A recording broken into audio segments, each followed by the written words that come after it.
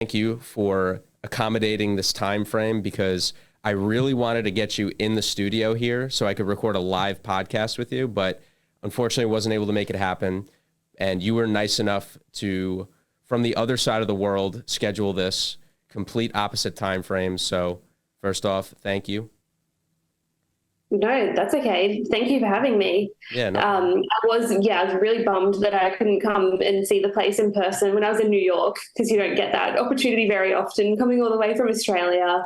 But I loved America so much that I'm sure I'm going to be back anyway. Like I'll probably be back next year. So who knows? Yeah, when we met up and you were telling me that you wanted to come back and I came here that day and I saw all the work that they were doing, it was just like, I kind of was like pushing it a little bit.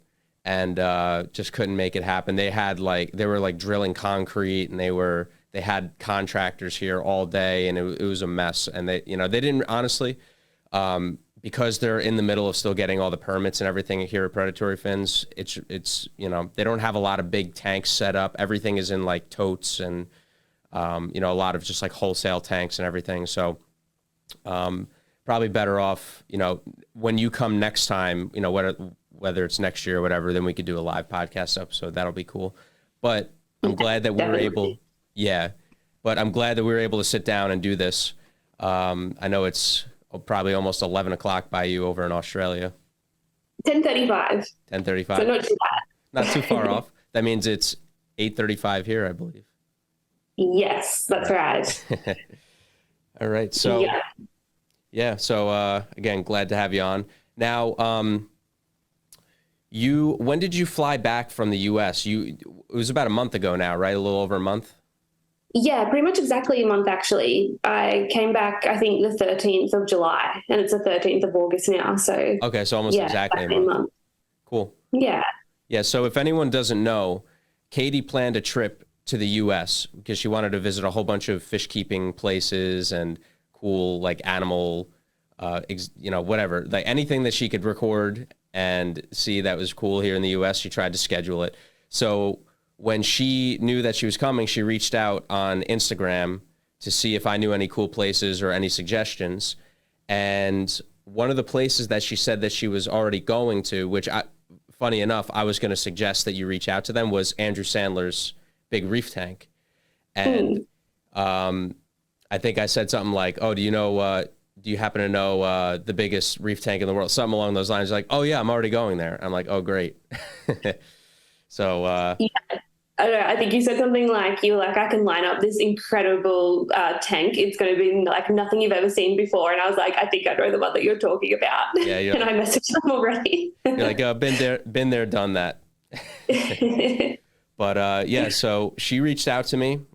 We connected. We went to go see Andrew Sandler's big tank. I don't know if you got to do anything else while you were here in New York besides that, and also going to Country Critters, which is the fish store that maintains their tank. We did that all in the same day. Yes. Did you end up doing anything else while you were here in New York? No, I think that was everything. Actually, I don't know if I told you, maybe I did, but I actually ended up missing my flight as well out of New York. Yeah. That was a bit crazy for me that time because New York was like kind of the middle-ish of my trip or like the end of the first quarter kind of thing. So I was pretty exhausted by the time I got there because I had flown from Brisbane to LA, which is a 12-hour flight, stayed there one night. Then I'd had to get 2 planes to get to Nova Scotia. So I had to stop at Calgary, keep going because Nova Scotia is right on the east coast of Canada, to go to Joey Mullins, so the king of DIYs, when I went there. And we had like a crazy couple of days of just getting footage and like staying up late and stuff. And we did a podcast there too. So I was a bit jet lagged and exhausted and been on the move. Then I got to New York and I fell asleep in my Uber on the way to my hotel because I was so exhausted. And I think that we were going to do something that first day when I got there. I can't remember what it was. I think we were going to go to Country Critters on the first day and then go to Andrew Sandler's on the second day. But you got confused with the train times, which I don't blame you at all for getting confused in New York. Yeah, because I think I hadn't slept that night before coming from Canada. And then I got to my hotel in the afternoon, like 2 o'clock. I was so tired that I was trying to pay for my hotel. And I called up my bank, like asking them why my card wasn't working. And it was just because I didn't have sufficient funds in my bank account. Oh, jeez. And so I was exhausted, and then but I was still wanting to make the most of everything. So I was thinking I was going to miss out on Country Critters if I didn't go that afternoon. So I was sleep deprived, trying to find the subway, my first time ever in New York City on my own. And yeah, I got confused because I was thinking like the subways, and then there's also the railroads, and I didn't know they were two different things. So I went into the subway and then missed the train. Always happens. But probably for the better in the end. Yeah, honestly, you would have been half asleep the first day, and you wouldn't have gotten the full experience if you were sleep deprived anyway. Oh, no way. Because I think in the end, once I missed it and you were like, we can go tomorrow anyway, I was so relieved. I was like, okay, cool. I went and had a big meal because I don't think I hadn't eaten either.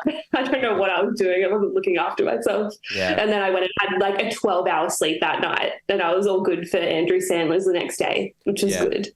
Yeah, and that definitely you want to be nice and refreshed to go see something like that, you know. Definitely. That was really cool, and I appreciate you inviting me along to go with you because, you know, we've become pretty friendly with them now, and I think they're planning. My brother and Rod are planning a video to go there, which actually, before I forget, I should mention, because it's so early here, I'm doing this by myself, this podcast. Otherwise, I probably would have had either Rod or Kevin do it with me, but they don't get up, or they don't get here till usually like 10, 11 o'clock in the morning, our time anyway. So there's just like no way they were going to be able to get here to co-host it with me. But I'm sure when you come here in person, you'll meet them and we'll have a really cool second podcast together.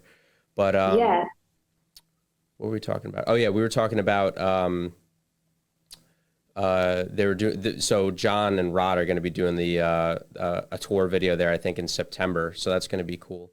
Oh, cool. But so I want to ask you, you went to California first, right? Yes. So what?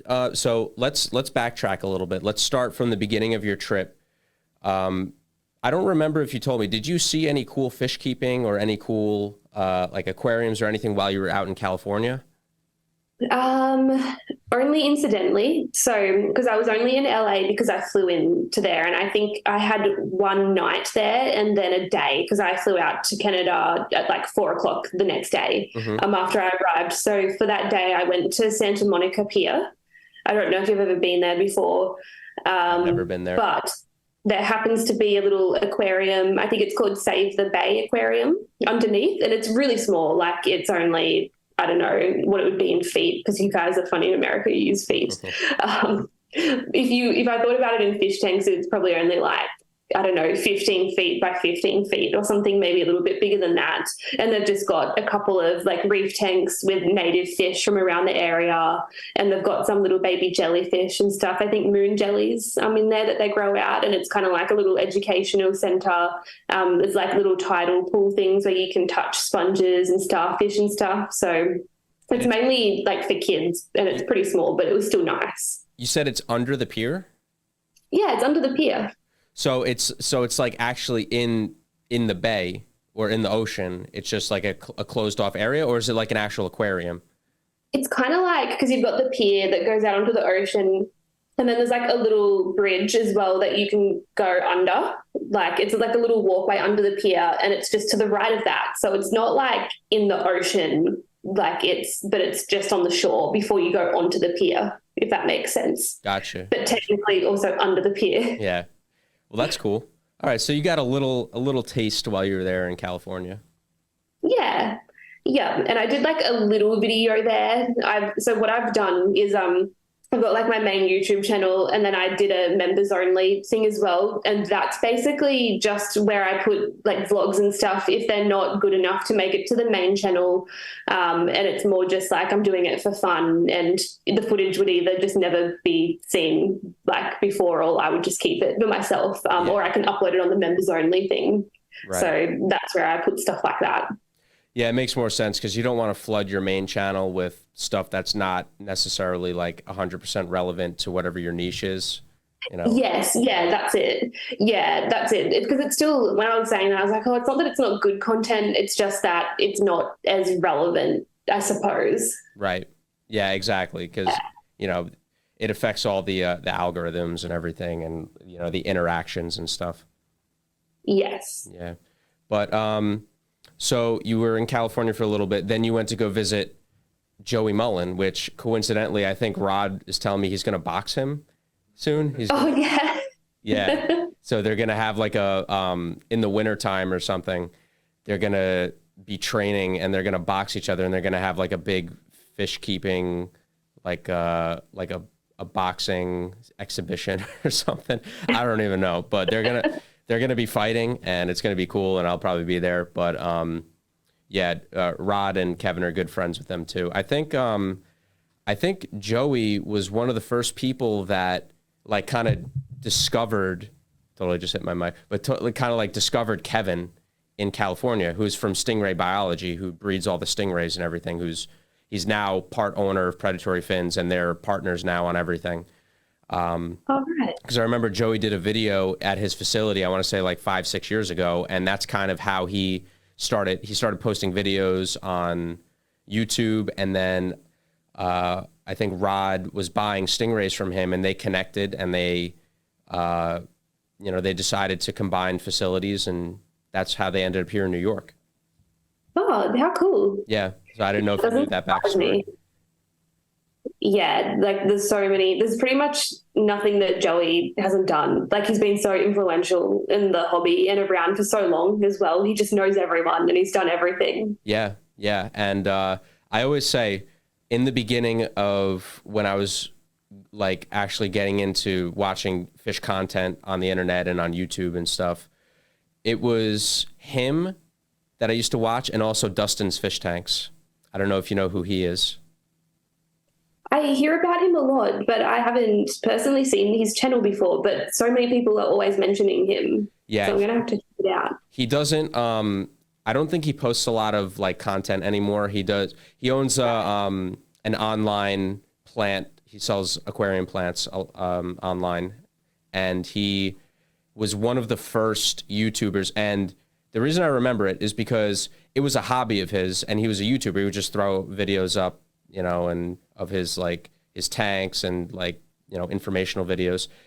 And through his videos and through getting traction, he was able to turn it into a business. So that's how he started his website. And now he does the website and the plant sales pretty much like full time now. He doesn't have a day job anymore for a while. And He doesn't really upload content anymore, not too much anymore. But him and Joey were like the two people that I watched all the time. Like Joey was the fish keeping related guy, and then Dustin was about the plants. Anything to do with plants, I would watch and learn from him. So I learned a lot from both of them for sure. And they were like the only two people like in the early 2010s, like from like 2010 to 2013, who were really uploading fish keeping content regularly. Yeah, that would have been long before I was on YouTube, even watching videos. Like I had fish tanks since probably 2010, I would say. Mm-hmm. Yeah, 2010, 2011, but I just used to go on forums normally and read things on there, like Google things. I never used to go on YouTube. I think PewDiePie was the first YouTuber I ever watched, and that would have been like 2014, 2015 maybe. Really?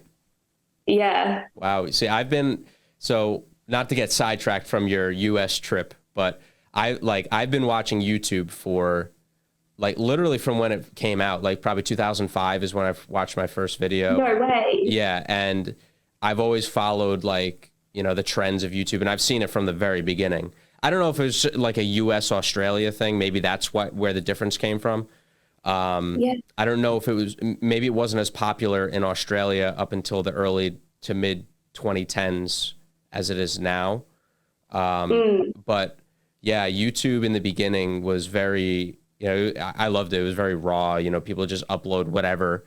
And, you know, like you were saying, people like Joey and Dustin were like pioneers of like the fish tubing, the whole fish tubing community, and also animals too. There weren't like back in the day, there wasn't a ton of anything on YouTube. It was just like, if you found one or two people doing what you were, you know, trying to look for, like that was a win. Mm. Yeah, it's crazy. Yeah. Yeah, I think that maybe I watched a little bit, but it was just like I would look at music and I think that was it. Like I used to just use it, yeah, as a platform to listen to music on.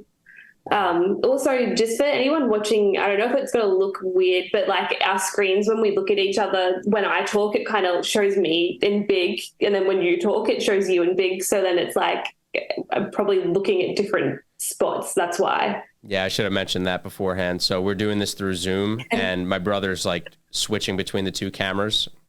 So yeah, when she talks, she sees double of herself, which honestly I do not blame her for getting completely disoriented. It's so weird. Well, sometimes when you're talking, you stay small, but I don't know, other times it like orientates it differently. Yeah, that's my brother controlling that all. Oh, okay. Yeah, so he only switches between the two of them when I have something relevant to say, which is probably never. I get it now. Yeah, so it's like yeah, so it's like whoever the main person talking is. Yeah. Right. I see. So let's go back to your U.S. trip here. I want to talk about your experience with Joey and how that was like seeing his fish gallery and just seeing what type of fish. I know he's got. It's been a while since I've consistently followed his content, just because it's like I'm so busy. Like I barely have time to watch anything anymore. But I know he's got a new piranha. Well, I guess new for me, piranha tank. Within the last year or two. So I'm sure you saw that. So just tell me like, what it was meeting him and like what he showed you around, how his fish gallery was. Okay, so I reached out to Joey and just told him I was coming over to the US, and because basically like this whole trip orientated around that I met Greg Whitstock when he came to the Sunshine Coast in Australia, and he invited me to this Aqualand event that he would be having, and I was like, I'm definitely going, but I'll make a big trip out of it. And so I reached out to Joey just to see if he would reply, because I noticed that he had collaborated with a lot of smaller channels and everything in the past before. And I've been watching him for so long. I just felt like he was the type of personality and the type of person that I would get along with. So I reached out, he replied. I was really shocked, actually, to be honest, at the same time that he actually replied. And yeah, he was keen to make it happen. So we just had one phone call for like half an hour before I actually got to America, just to talk about like my itinerary and everything, which was really nice. Like from the get-go, he was very accommodating. Like he wanted to make sure that my mind was at ease and everything, like that I knew that he was reliable and stuff. Since I was going to be on my own in a new country and everything. So that was really good.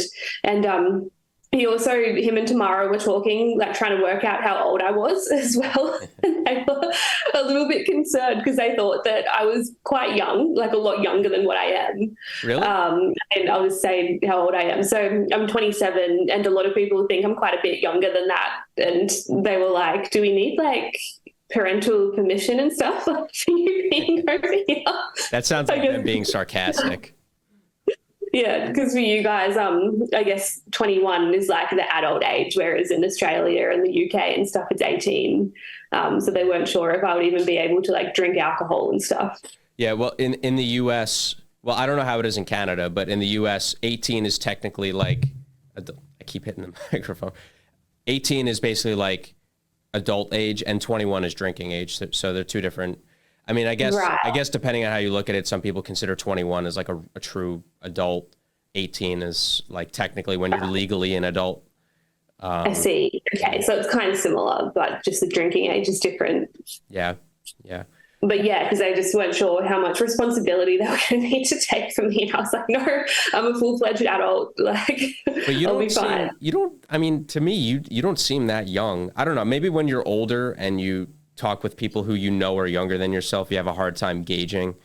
But if I didn't know beforehand, I would have guessed probably like mid to late 20s. Just Oh, thank you. Yeah. Well, because I remember we were talking when we first met. I think you told me that you were your age. I'm like, oh, I'm 27 also. We just happen to be the same age. Yes. Yeah. Well, yeah. I guess, yeah, because I feel like everyone that I like associate with just happens to be around my age as well. Yeah. But like, I guess that's just what happens. Like, you just end up being in the same, I guess, area in life and stuff. Right. But yeah, not that it's not a compliment when people say I'm younger. Like, I don't care, but I just thought that was quite funny. Yeah, it depends for me too. Like when I shave, people think I'm like 24, but when I have my beard, people think I'm like 30.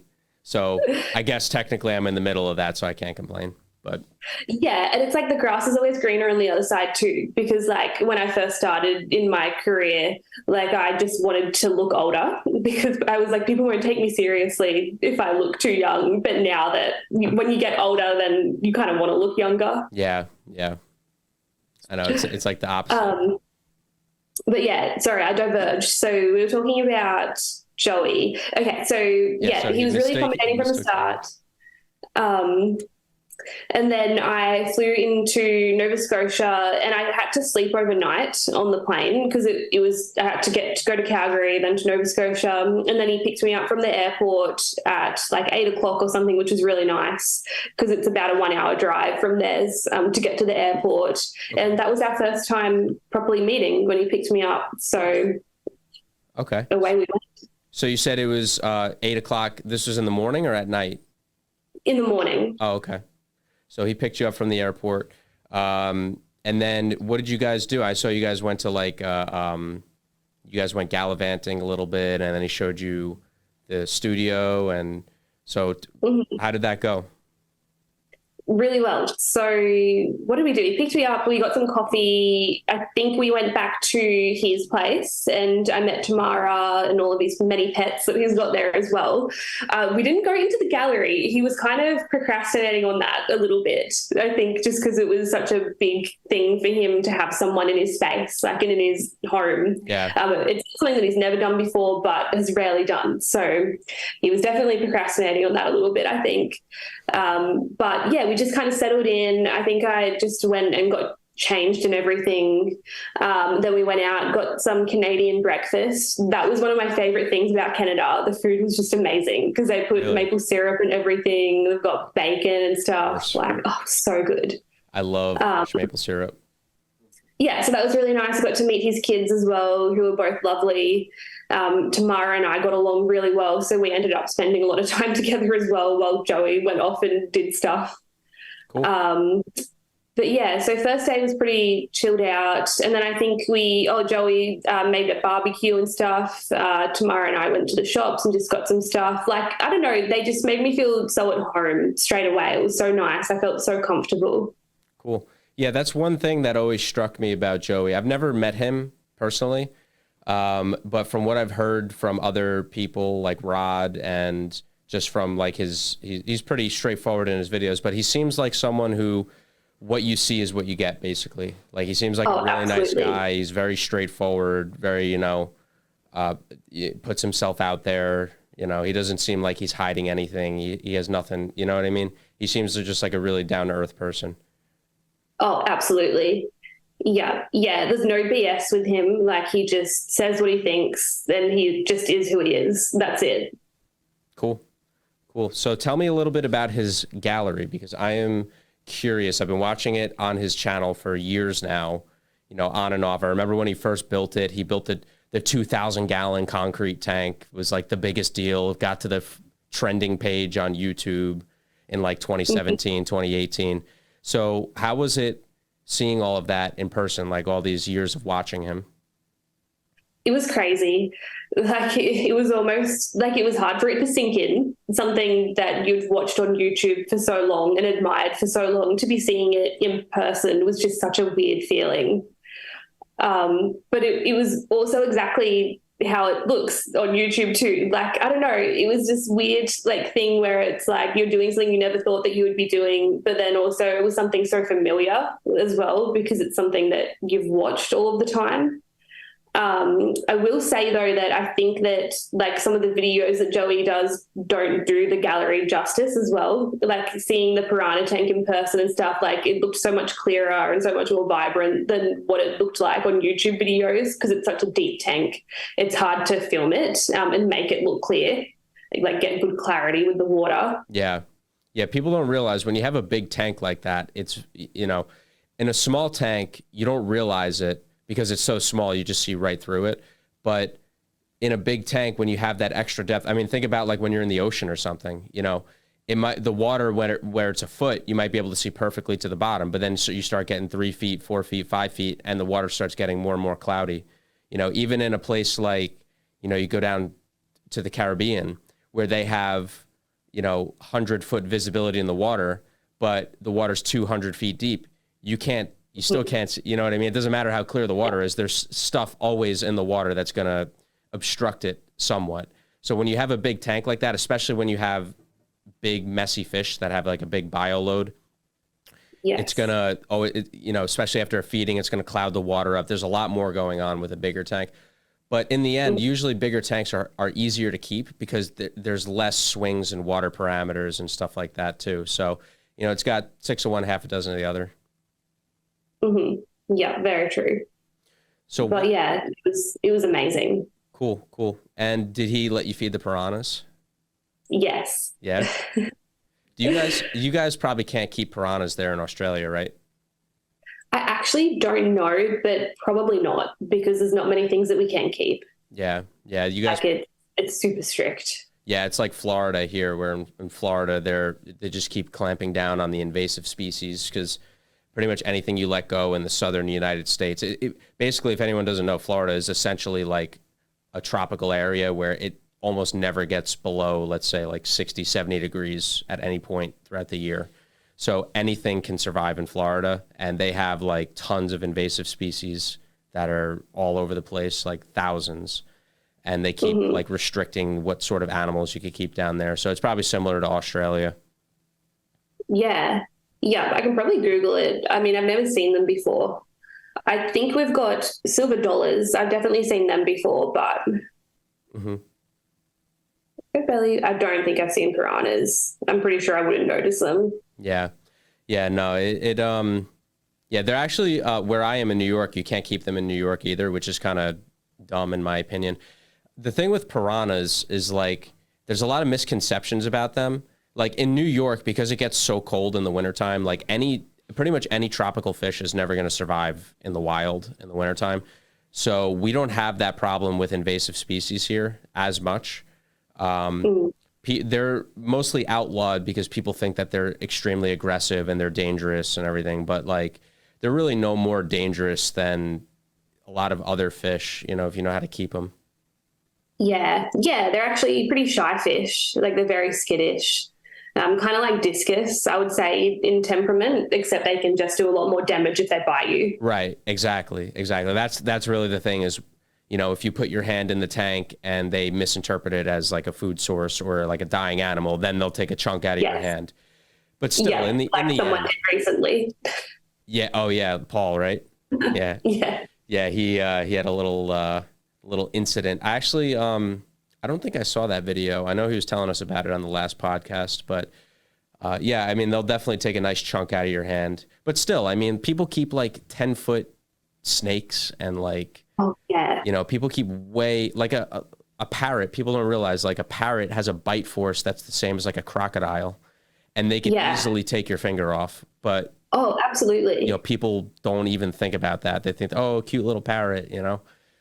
Yeah. Even my finger right now is so sore. It's been sore for a day now because my parrotlet, who's a little baby, not a baby, but a tiny parrot that's like that big, bit my finger and it hurts so much. And that's not even a full adult parrot, like you know, like no, it's a parrot that's like this big. Yeah, and it hurts. Bird bites hurt a lot because their beaks really are sharp. Yeah, people don't even know. That's one thing for me, when it comes to like what sorts of animals, because people know me as like, you know, fish keeping and everything like that. But I feel like even fish keeping YouTubers have just a general appreciation for animals in general. And for me, probably my second favorite animal next to fish are birds. You know, I love chickens. I love ducks. I love parrots. I feel like because they're a lot more intelligent, which is the opposite of what most fish are, which are, you know, just the most basic dumb animals for the most part. And, you know, I like how there's so many different varieties of birds and, They do, it's like fish, it's like whatever you want to keep, hawks, owls, obviously you need to have special permits to keep them, but I've always just been interested in birds. Yeah, they're actually really cool. And I'm surprised though I'm kind of disappointed that I didn't get into them earlier because I've kept heaps of animals. Like I've had a cat, dog, guinea pigs as well, and lizards. And the reason that I went for guinea pigs and lizards is because I wanted something a little bit smaller. But then I found that the companionship bonding thing that I liked with cats and dogs wasn't quite there with guinea pigs and lizards. Yeah. But then birds are really nice because they're nice in between. It's like having a pet reptile that bonds with you a little bit more. Right. Exactly. Yeah.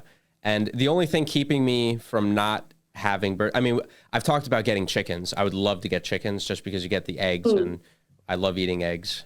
But yeah, they're very, very easy to maintain if you have the right setup for them. And, they just forage around the yard. They go into their coop at night. Like you could leave them for a week or two at a time. That's one thing with pets with me, like I like having pets where I'm not tied to them. Like when you have a dog or a cat or something, they need pretty much like daily maintenance and attention. You can't like drop everything and go away and do something if you have a pet like that. Even like a, even like a hamster or something that requires more of that maintenance, Oh, yeah. Yeah, guinea pigs are the worst. They're cute, but they don't do anything else except for look cute, and they're heaps of maintenance. Yeah. Yeah. So you were in Canada, you visited the King of DIY, and then after that is when you came to New York, right? Yes, that's right. Cool. All right. Yeah. So we already talked about the first day with the mishap with the train, but honestly, how can anyone blame you? First time, was it your first time in the US or second? Technically second, but the first time I was like 12 years old, so it doesn't really count. It was with mum and dad. Okay. First time in New York though. Yes. So what was your impression of New York when you came here? So I'm trying to think because I was so tired when I first got there. I think that it was the place that I felt the most scared at first, I think, being on my own. I don't blame you. I don't blame you for that either. Even if you live in New York, you don't get used to that. It was just because it was so big and there were so many people. And I struggled a little bit with the roads. Like this is like the memory that I have of trying to find that train. Like I actually walked onto the road, not realizing that I had to wait for the little green man as well. But luckily I didn't get hit by a car, but I only realized after I did it. And then it was really hard for me adjusting too, because we drive on the left-hand side here. And so I'm used to looking to my right and then looking to my left, like when I cross the road, but I just couldn't get it right in my mind that I had to look on the left side first, I think. And so with all of the streets in New York being so busy, it was really stressful for me just having to walk anywhere and cross so many roads constantly. Yeah, it's New York City. It's always dangerous walking in the crosswalks, and because there's some people who just don't care at all and they're crazy. And, there's always, there's a lot of people saying the crime is going up in New York City, which, I don't live in the city itself. I live in the suburbs on Long Island, which is where Predatory Fins is also. So I don't live in it firsthand, but from people I know who live in the city, they just, depending on where you are, obviously, just like any major city, there's going to be really, really good areas, especially in New York City. And then there's going to be areas that are not good. And then, no matter where you are in New York City, you try to cross the street, you always got to look both ways, even if you have the green light. So yes. Yeah. But in saying that, it did grow on me though, because then the next day after I wasn't sleep deprived anymore and I was more awake when I was walking around, it was a little bit easier to navigate. And I actually really liked it because I stayed in Queens, which for anyone who's not familiar with New York City, not that I'm an expert on it at all, but I think it was like 30 minutes outside of like the main kind of Times Square city area. It was more towards Long Island, so like a little bit more towards the suburban area. Yeah, it's about right. Yeah, that's about right. Yeah. And so it was a little bit quieter, which kind of made it harder to cross the roads because I couldn't rely on other people and just go with them because there was a lot less people around. But I just liked the availability of things. Like there was so many nice little grocery stores and stuff. And I don't know, it was actually pretty quiet there. It's like lots of things available, but not too busy. Yeah. When people talk about New York City, they think of Manhattan, but people don't realize that New York City is technically the 5 boroughs, which is Manhattan, Queens, Brooklyn, the Bronx, and Staten Island. Right. So the total New York City metropolitan area, I think, is like 7 or 8 million people. And there's a reason they call it the city that never sleeps, because legitimately you could go out on the street at any time of the day. There's going to be stuff open. There's going to be stores open. People are going to be out, and it never shuts down, essentially. Yeah, that's what it's like. Yeah, but depending on where you are in New York City, like you were in Queens. Queens is very big. Like Manhattan, I believe, is actually the smallest borough, and the most, I want to say, is the second most densely populated. Brooklyn is the biggest one, I think. Right. But Queens, when you start getting closer to Long Island, like the outskirts of Queens, it's basically just almost like a suburban neighborhood. It's not like skyscrapers and stuff. That's really mainly Manhattan that has all those big high rises and all these huge, when people think of New York City. But it actually encompasses everything around it too. And then you also have New Jersey and Connecticut and Long Island, which all make up like the tri-state area, which basically centers around New York City. It's like the focal point.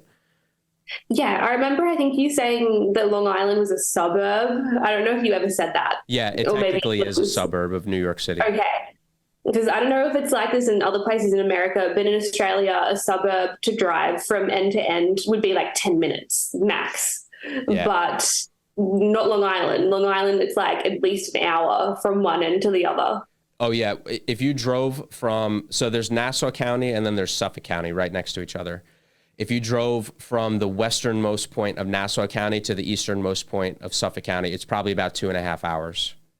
Wow. Yeah. But you have to remember, you're talking about the biggest city in the world with I think the whole tri-state area population is like 10% of the population of the whole United States, So yeah, in most major cities and there's no other city in the US that's even close to what New York City is like as far as geographically and what it encompasses. But yeah, so you're talking about probably the biggest, I think Long Island is the biggest suburban area in New York, in the United States. Right. Okay. But now that we're on that topic, I want to hear about what your transition was from going to the city life to going to Andrew Sandler's house after that. And taking the train and what I want to hear what your thought process was and what you were thinking about, because it is if you don't know any better, Long Island it goes from city to suburban to rural really quickly, in the course of an hour, as the further out east you go, and people don't realize that. So what was going through your head on the train, when we picked you up, pulling up to his house, walk us through that. Okay, so I got on the railroad train, which is not the subway, it's the one where it's above the ground. And so what was going through my head? I swear I was just thinking I need to get this train and not miss it, because I don't know if you remember, but I struggled with that as well. Yeah. And I was like, I'm going to make the train in the end, because that's kind of what New York was like. It was just stress, I guess, getting places, getting the Uber, and I'm really bad with time management, so having to catch trains and stuff, I was always rushing. But then I struggled to read the names of the trains and stuff. So I just felt relief once I finally got on the train and I was on time to get to where you were picking me up from. So that was good. And then I honestly just don't even know if I had a moment to collect myself properly and even look outside. I just remember I was sitting there and I was like, all right, I've got my camera, I've paid for my ticket, because I almost didn't pay for it as well by accident. And then I just was focusing on getting off at the right spot and everything. And then you guys came and picked me up, and I think the first time I looked out the window properly was when we were right near Andrew Sandler's, because I'm pretty sure where you picked me up from, it was only 15 minutes away from there as well. Mm-hmm. And I just remember all the houses were really beautiful.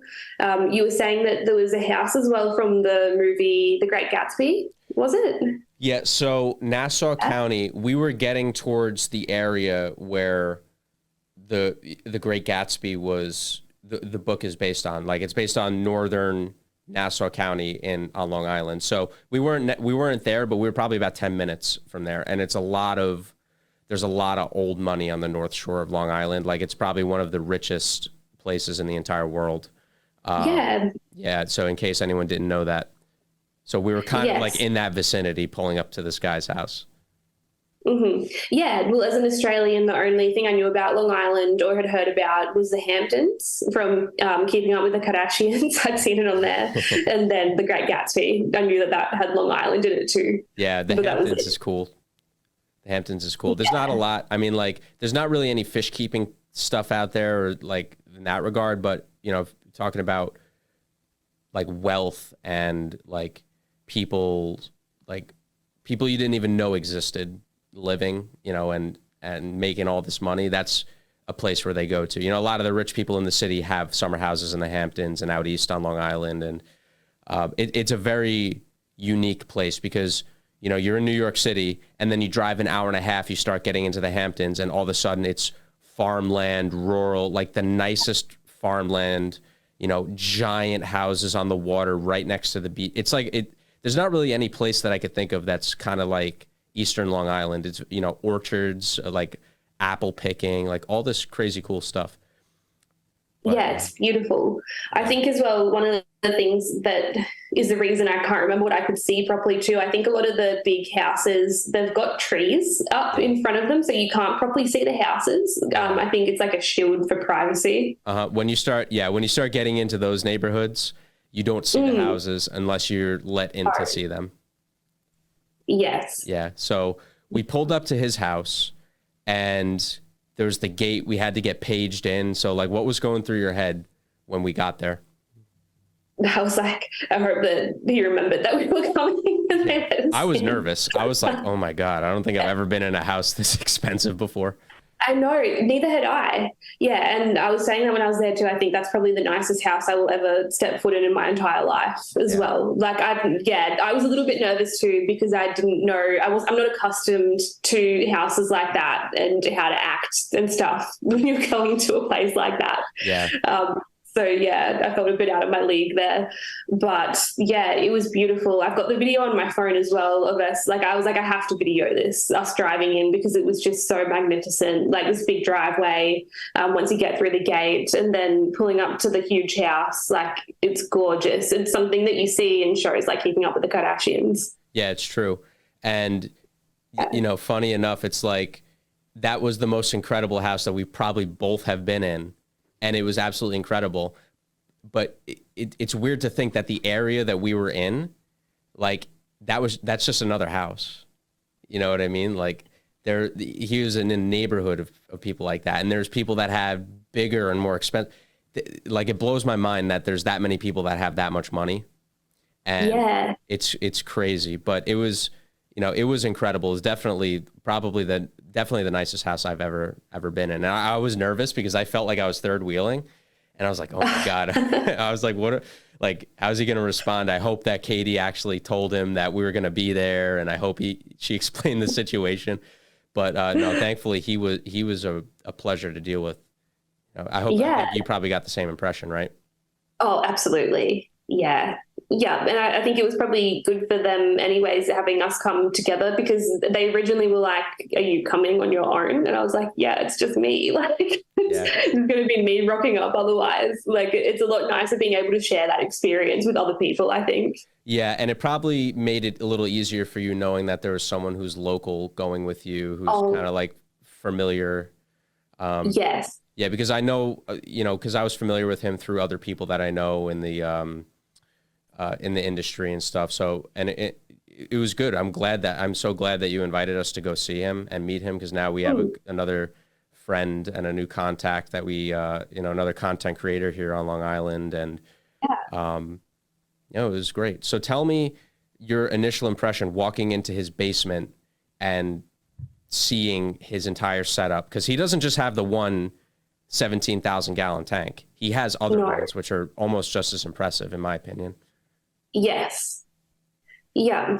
Well, it was kind of the same thing again, like at Joey's. It was weird because it felt familiar. Like I could recognize everything. I'd seen it all online, but then I'm there in person. It's almost like, wow, this is actually real. Like this actually exists in real life. Um, but yeah, it was amazing. But I don't know. It's like I knew what to expect already. So it's so hard to describe, to articulate that feeling of like seeing something and then being there in person. I don't know. Yeah, I felt the same way because I've seen it in the videos, but you don't realize what it is until you actually see it. Yeah. Yes. Yeah, I will say that actually. Like the tank is just one thing, but then like all of the basement and like the technology and stuff that goes into maintaining it is incredible. It's like 20 times or 30 times the size of the tank. Yeah. Why don't you describe the setup that he had about, the tank and everything? Yeah, so basically like it's this huge tank. Do you remember how many gallons it is? I think 17,000. Yeah, something like that. This huge tank, and you can go in like around the back of the tank. There's ladders for you to climb up on, for people like scuba diving and stuff in the tank, because that's how big it is. You need to go in there with a scuba diving suit to clean the tank and put the corals in and everything. And then you like keep walking out the back, and they've got like this big computer system that runs everything. They've got all of these like quarantine tanks. What else they've got? I don't know, like tanks full of coral, fish. You go even further down, like it's just so much. Like there's like levels. You go further down to like another basement area, and they've got like this reservoir of water. Like I have to go through my video again to remind myself of everything they've got, because it's just packed full of technology. It's just insane. Yeah, it was like honestly probably more high tech than a lot of aquariums. Yeah, it was crazy. Like their fridge, they've got a whole fridge that's bigger than my fridge that I have here, like just for fish food and like medicine and stuff. Like they've got a whole kitchen and stuff for their fish tank.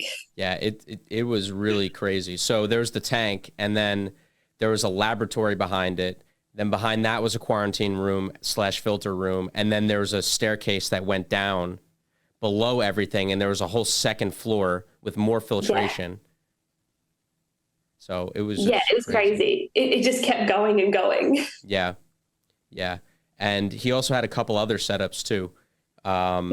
So I don't know if you remember that he had I think it was 250 or 300 gallons right next to his big tank, which was like a deep sea reef tank. And then he also had the gym on the one side too. Yes, that's right. Nicest see, like that's how many things there are. Like I can't even recall everything that was there. Yeah, and he also had a koi pond. Really nice koi pond. Yeah, and a huge koi pond. Mm-hmm. Which he did. Yeah, but they're setting up another tank too.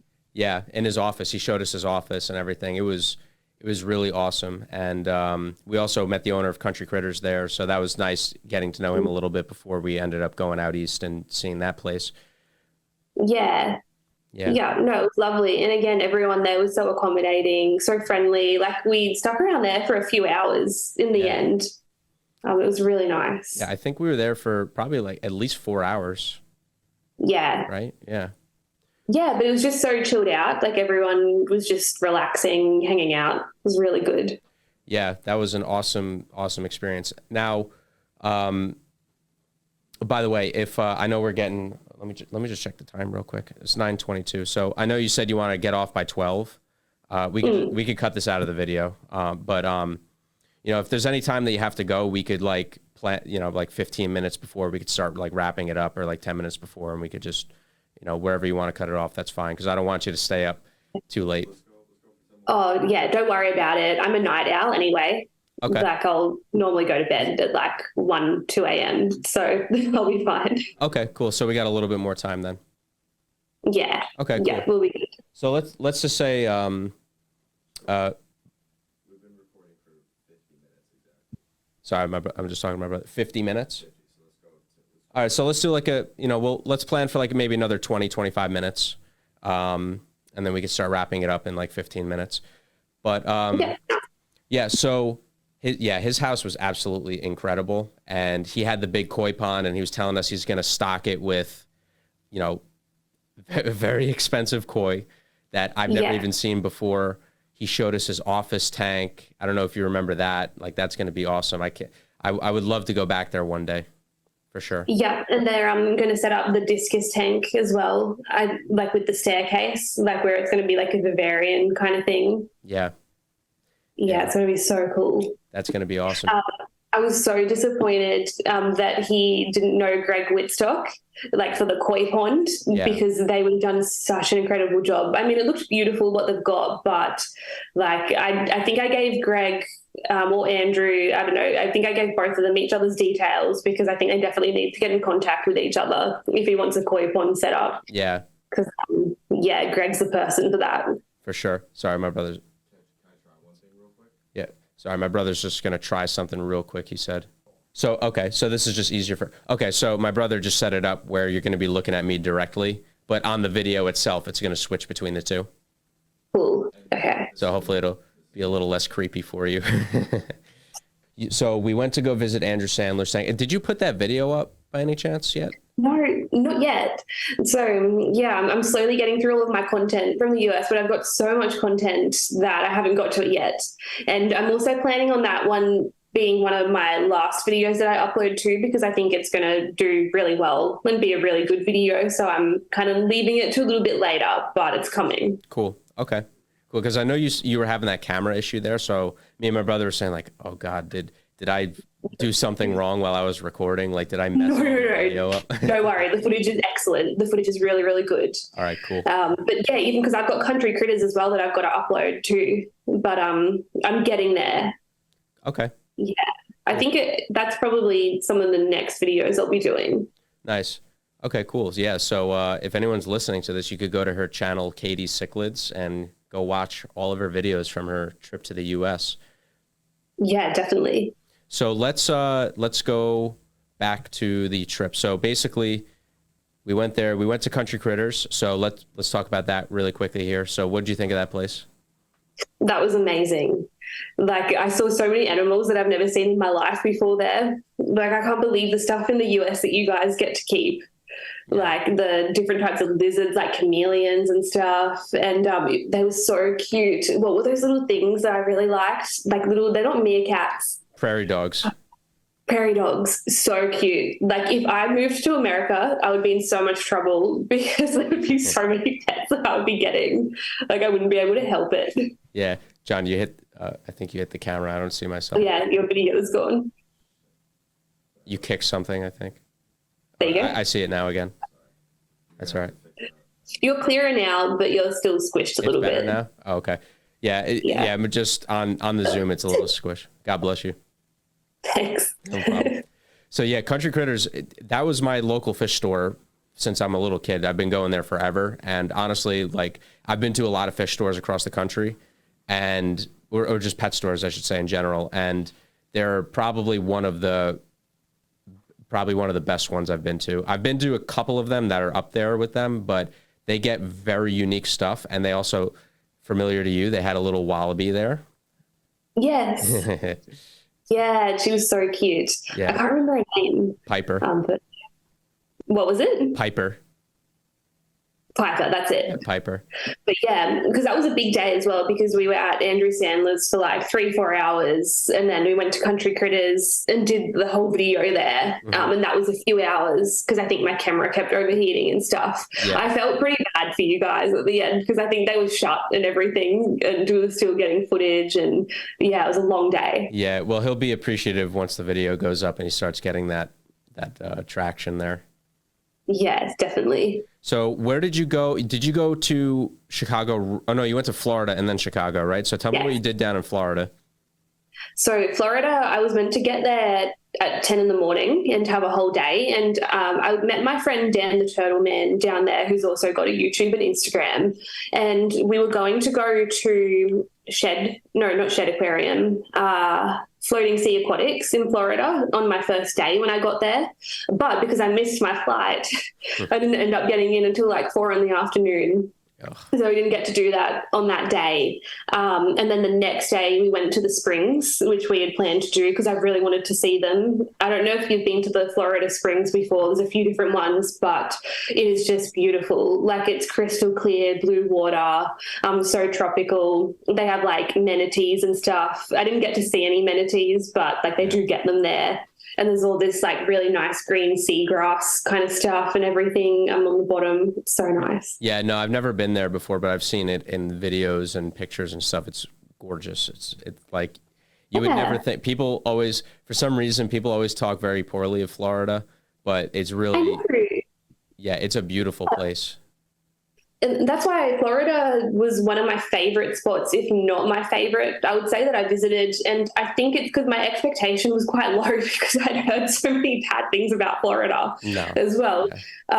So I had a bit of a low expectation, and then when I got there, I was just blown away. Like, and it's also the place that felt most like home as well. I think in terms of the weather, like it had that kind of nice warm weather that I really like, very summery, but it wasn't too sticky, like and too humid. So I really liked that. Yeah, Florida is really cool. I definitely like it down there. If there was probably somewhere I was going to move besides New York, I'd say Florida's probably the second. And it's beautiful down there. So you visited Dan the Turtle Man? I think I follow him on Instagram. I think he follows me too. Yes. So he showed you all of his, I guess he's got a lot of turtles. Well, I didn't get to see his turtles actually because he is in the process of moving from South Carolina, I think it is. And there's this big process and stuff that he's got to go through, like with moving his terrapins to Florida. So we didn't do any like turtle stuff. But it was really cool though, because we were able to go to the springs and then Floating Sea Aquatics, which is a really awesome, like aquatic center, aquarium store kind of combination thing that they've got there. Okay, cool. Yeah, I've never heard of it. Never been there. There's a couple cool fish stores down there that I've heard of. I don't know where they are though. But for your next trip back, we'll definitely get a list of cool fish stores. I know that, what's that place called? That really popular, they like got really popular in the last year or two. Paul's done collabs with them. I think Andrew Sandler's been there a couple times. What is it called? I can't think of it. It's mostly saltwater, like a reef place. It'll pop into my head soon. And then also another fish store that I could think of is Bad Fish, Florida, which is Alexa, who goes to, I think her name is Alexa or Alexis, I forget, but she goes to Aquashella. She usually does the shows in Florida and she travels and stuff. But yeah, there's a lot of content creators, a lot of cool places down there to go visit. So I would definitely go back there again next time you do your trip up here. Yeah, which I didn't realize as well. Like I didn't realize until afterwards that there's so many YouTubers and content creators in Florida as well, because from Australia, I just had no idea geographically about America. Like all of that meant nothing to me in terms of Florida. I'm just like, oh, it's somewhere in America. Yeah. And once you've been to a place, it's more relevant in your mind. So then you pick up on when people say they're from there. Yeah. Yeah. No, Florida is definitely really cool in the right areas for sure. So did you do anything else after that? No, that was it. That was all we had time for because I was only there for 2 days and I missed a good portion of one of my days there. Yeah. Which I was really disappointed about because Floating Sea Aquatics, I'm going to go back there when I go back to Florida for sure because the owner just seems so lovely and I didn't even get to meet them and talk to them. I only spoke to them once I got back to Australia. Yeah. Oh, the place, I just remember the name. I think it's Top Shelf Aquatics. Okay. I don't know if that name's familiar. I'm pretty sure that's what it is. Let me see real quick. But yeah, I know they did a collab with Paul. They've done. Oh, I'll write it down. Yeah, I'm pretty sure it's Top Shelf Aquatics. But yeah, they're pretty popular. That's definitely another place to go visit when you're down there. Yeah, I'm definitely going to go back. Like, I think if I was to ever move to America, Florida would be the place that I would go to for sure. Yeah, and it's getting more expensive because so many people are moving down there right now. But it's still comparatively to a lot of the rest of the U.S., it's still like not as expensive depending on where you go. Oh, that's good. Yeah. So now after Florida is when you went to the the peak of your trip, the whole reason that you came here, right, is because you met Greg Whitstock. Yes. So you finally went to go Yes. visit him. So you went to Aqualand. Hmm. What else? So how was that? What else did you do while you were there? Like, what was your impression of that place? Because I could tell you the one time that I've been there, it was like my mind was blown. Oh, it was incredible. And so actually before I got there, I forgot there was another place I went. So I actually, before I went to Chicago, I went to Ohio, and that's when I went to Oh yeah, Ohio Ohio. Fish Rescue. Yeah. And then I was meant to fly from Ohio to Chicago for Aqualand. But then when I went to Ohio Fish Rescue, Big Rich said that he could call Brian from Brian's Reptarium and see if I'd be able to have Oh, a Brian visit there. Barczyk. Yeah, Brian Yeah. Barczyk. And so I was like, absolutely, I'd love to do that, because it was like a 3-hour drive or something like that. So once they said I could do that, the next day I cancelled my flight to Chicago and I hired a car, and I drove, I think it was like 3 hours to get to Brian's, and did a like tour of the Reptarium there. Oh, so you met and then Brian and you went there. Yeah, I went there. Oh, I didn't even know that. Yeah. Oh, so you have that video to upload also. Yes, I do. Oh, so you hit some really, the end of your trip was like, you hit some really cool places. I still have to go there. I've never been there. But Yeah. Brian is such a nice guy. Oh, I'm probably, yeah. yeah, I think me and John and Rod and Kevin are going to Animal Con in September. Oh, yeah. We'll probably be there, so we'll see him. I haven't seen him in about a year. But he's such a nice dude. When I was doing the shows at Aquashella, we sat down and he was talking to us like he was just another person, and he really is. He's just another guy that makes videos and, owns all these cool reptiles. Yeah. Oh, yeah. Yeah. No, he's a beautiful person and such like a gentle soul, Yeah. and, such a connection with animals as well. Like, it's really something to see. Yeah. Him and his team are super, super nice. So give me a quick rundown of the Reptarium and also Ohio Fish Rescue, and then we'll get into Aqualand. Okay, so Ohio Fish Rescue was also a highlight of my trip. Like, I had so much fun going there, and again, I felt so at home there as well. Like, they were so welcoming. Josh and Big Rich, it was really nice being able to meet them. And because I guess like where I began in the hobby was mainly with big fish like Oscars and green terrors and stuff. Like, I've always been into like monster fish, so it was really, I don't know, it was really cool being able to see all of their fish there, because I love big fish. Me too. Yeah, that's one place I definitely want to go. I met them once at Aquashella. I know Rod and Kevin are very friendly with them as well. So I'll probably make my way over there one time, or when they come over here, for sure. One of my places that I definitely want to visit. They have the giant. Did you go swimming in the monster 58,000 gallon pool pond? No, I would have, but I didn't have my swimmers with me. And because I actually stayed not in Ohio, I stayed, where did I stay? Not in Cleveland, Akron, I stayed in, which is like a half-hour drive. Okay. So I was like, I'm not going to go back to get my swimmers. It's too far. But yeah, next time when I'm there, I'll go swimming in the monster pond. Yeah, that place is really cool. And again, another people just like Joey, they just seem like they're very, down to earth, very upfront. Super nice people. Yeah. I was actually talking to my friend the other day about this. Like, there's not many areas in life where I've had this experience where you can just go somewhere and always instantly connect with people and get along. But like in the aquarium hobby, it's like every person I meet, I just get along with them. Yeah. Like, and I was like, why is this? And we were like, oh, maybe it's because people who love animals are just compassionate, like empathetic, nice people. And they're curious, they're open-minded, they're interested in things. So like, I don't know, it's just so easy to get along with everyone. It's nice. Yeah, it's easier to connect with people when you have like a common trait, or like a hobby or something that you could talk about. It's always definitely easier. Yeah, definitely. Yeah. So that was really good. And then I drove to the Reptarium and I got to meet Brian there, which was awesome because Brian was going to come to Greg's thing at Aqualand as well, but he was going through chemotherapy and doctor's appointments and stuff. So he wasn't really feeling up to traveling because like how he felt day to day was just a little bit unreliable. So luckily I got to meet him in person there as well at the Reptarium, and he showed me around, which was really nice of him to take that time to do that. And yeah, I got to meet Jay as well, who does a lot of the videography for their channel, or Jay's all of the so videography nice maybe. Yeah, he was lovely as well. So yeah, cute little porcupine baby, little capybara baby that they've got there as well. And I got to meet as well, what is his name again? The little, not a hedgehog, it's Armadillo? Grimly. Is it Grimly? I'm not sure what his name is, but the little armadillo, right? Yeah, little armadillo. Yeah. Yeah. What's that, John? Yeah. Brillo? Brillo the armadillo? Grillo, that's it. Yeah, he was a funny little thing. Yeah.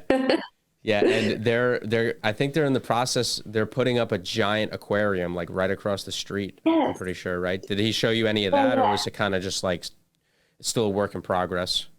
Still a work in progress. I think they're hoping to have it finished by December. So I just looked at it from across the road. And then I think literally after Aqualand finished, Greg Whitstock and Ed the pond professor were over there putting the pond in. So they're putting in like an aquascape ecosystem pond there for him, which they donated, which was really lovely of them. That's nice. I can't wait to see that. Yeah. Cool. So the finale of your trip, you got to Aqualand. So what was your impression of pulling up to this place, walking in? Who were you with? Because I saw a lot of other content creators there. And so walk me through that. Yeah. Oh, it was insane. So we got there, I think, so Greg sorted out the hotel and everything for everyone. And then we had a bus that took us to Aqualand, which was only like 5 minutes away. And then the first night we basically just sat by the koi pond that they've got there and did a tour of the facility, which is the most incredible workplace you'll ever see. Yeah, right. I think you said you've been there, right? So you have a bit of an idea of what it's like. Yeah. I went there after an aquashella once, and it's like working in a Google office. You know, it's like they have all games and stuff. It's like, oh my God, I can't even believe that it exists. Yes. Yeah. And you got me really excited for that actually, because I remember we were talking in the car and you were saying that you had been there and it was like the Google of aquarium industries. Yeah. So this place is like a huge warehouse. I guess that's probably like not talking it up to what it actually is, but it's like a big building, and on top it's got like all of this grass as well. So it's like an eco-friendly building. It's got 2 levels, I think. On the top level, they've got like a football field inside the building and everything. Like they've got all of these other sports that you can do, like not a basketball thing. I don't know. They're like these weird sports that I haven't heard of, like pickleball and stuff. Yeah. Well, I think they did have a basketball court. They had. Oh, they did? Yeah, it's been about 2 years since I was there, but they had volleyball, soccer, basketball. They had a full gym. And again, all of these things were all like top notch, like highest quality, nicest stuff. They had a full sauna. They had literally everything. Like, I'm not even you kidding. can even sleep there. Like they've got like all these beds and stuff for people if they want to stay overnight. Bean bags everywhere. Huge office space that's really open with a really high roof. A huge like lake koi pond thing as well that you can look out onto. It is just incredible. Yeah. It really is the most incredible place. Yeah. So who were some of the other content creators that you met there besides yourself? Okay, so it was me and Dan the Turtle Man was there as well. So he was the main person that I knew that was there. And then a lot of the other people actually weren't aquarium YouTubers, so it was my first time meeting a lot of these people. Oh, really? But I think some of the people that you would probably know, Tyler Nolan, I think it is. He's so he's a tattoo right? artist. Tyler Nolan, you said? Yeah, I think it's Nolan. I think he's a reptile guy, right?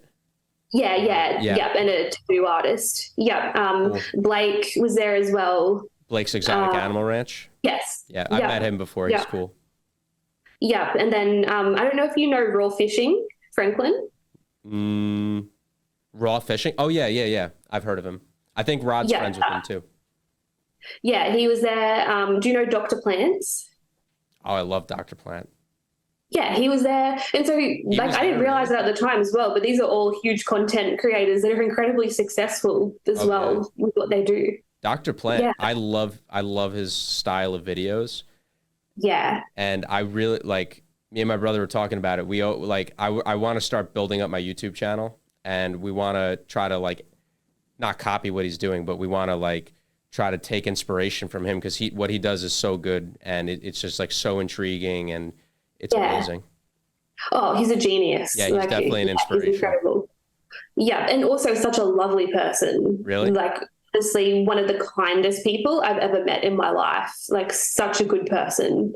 Yeah, he seems like just from his videos. I mean, like I remember what was his like he made a vivarium, I think, right? And it just blew up, and every video after that was just better and better. And he just did the right thing, and he just blew up in like a year and a half.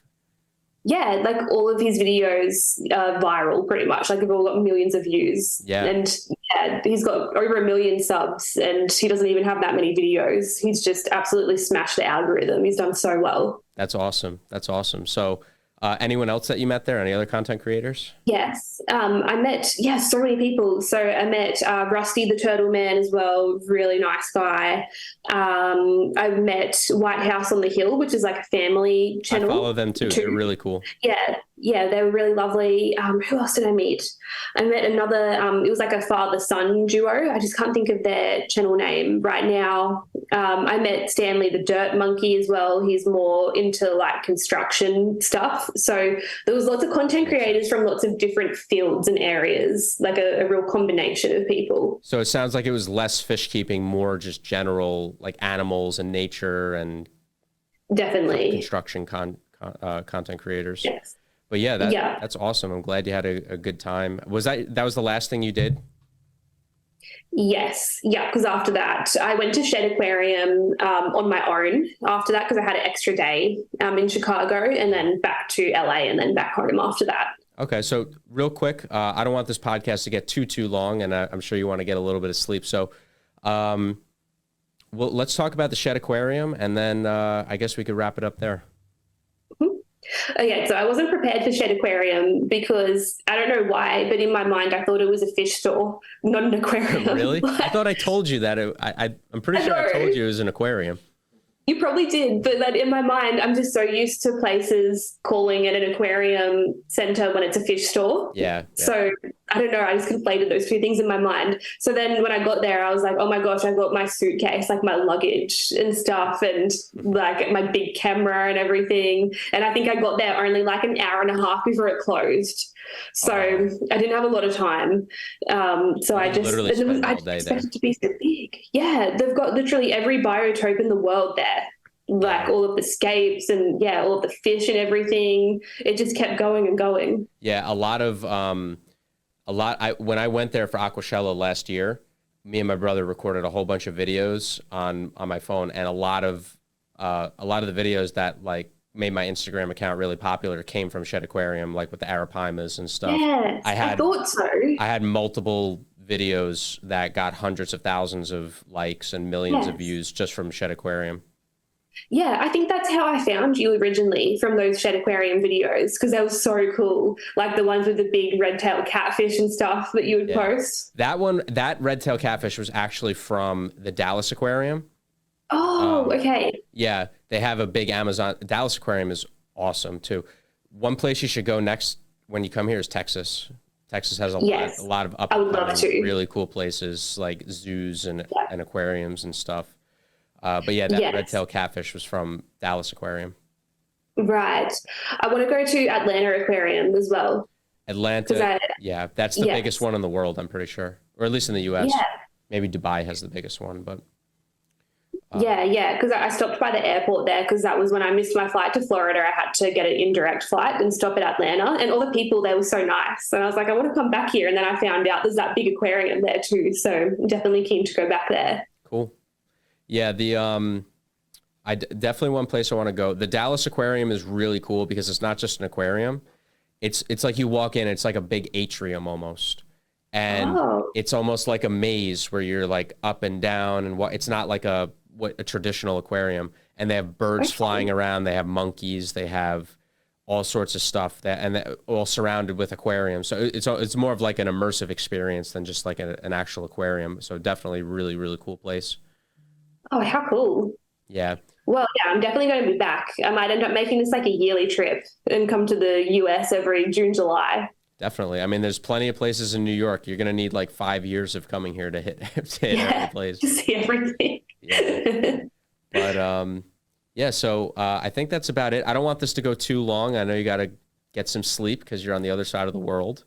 Again, I Yeah. appreciate you making the time to do this at such a weird time for you and for me because it's like, I don't even think it's 10 o'clock in the morning here. But yeah, so I really appreciate it. And do you have any final words, anything you want to say?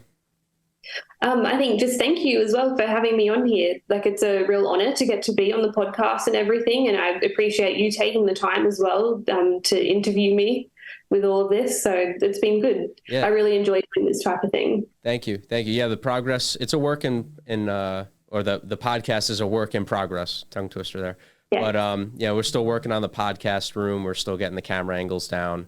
But yeah, we want to just we want to interview like cool content creators, like people who are interesting.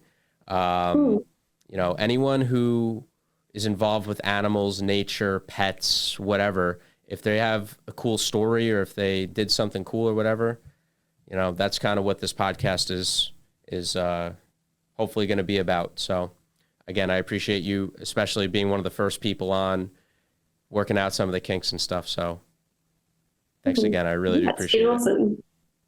Well, thank you so much.